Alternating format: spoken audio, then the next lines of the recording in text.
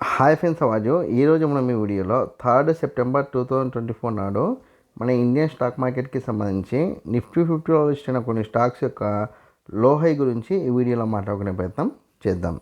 First Adani enterprises high వచ్చేసి 3060 హైగాను, లో వచ్చేసి 3025 లోగాను నమోదు కావడానికి ఛాన్స్ కనిపిస్తుంది.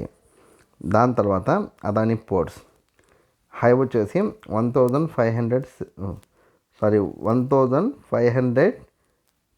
హైగాను, లో వచ్చేసి 1480 లోగాను నమోదు కావడానికి ఛాన్స్ కనిపిస్తుంది.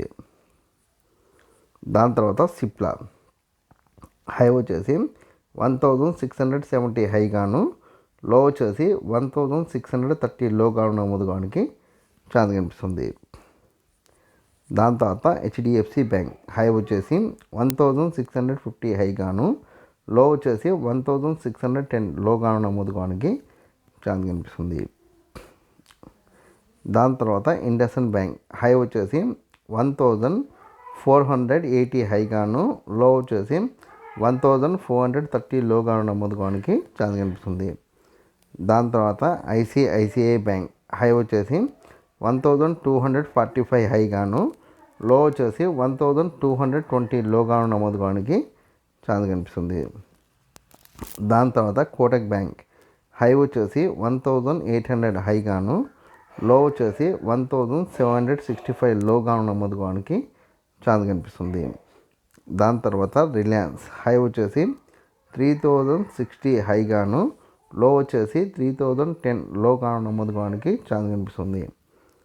దాని తర్వాత సన్ ఫార్మా హై వచ్చేసి 1830 హైగాను, లో వచ్చేసి 1800 గాను నమోదు కావడానికి ఛాన్స్ కనిపిస్తుంది.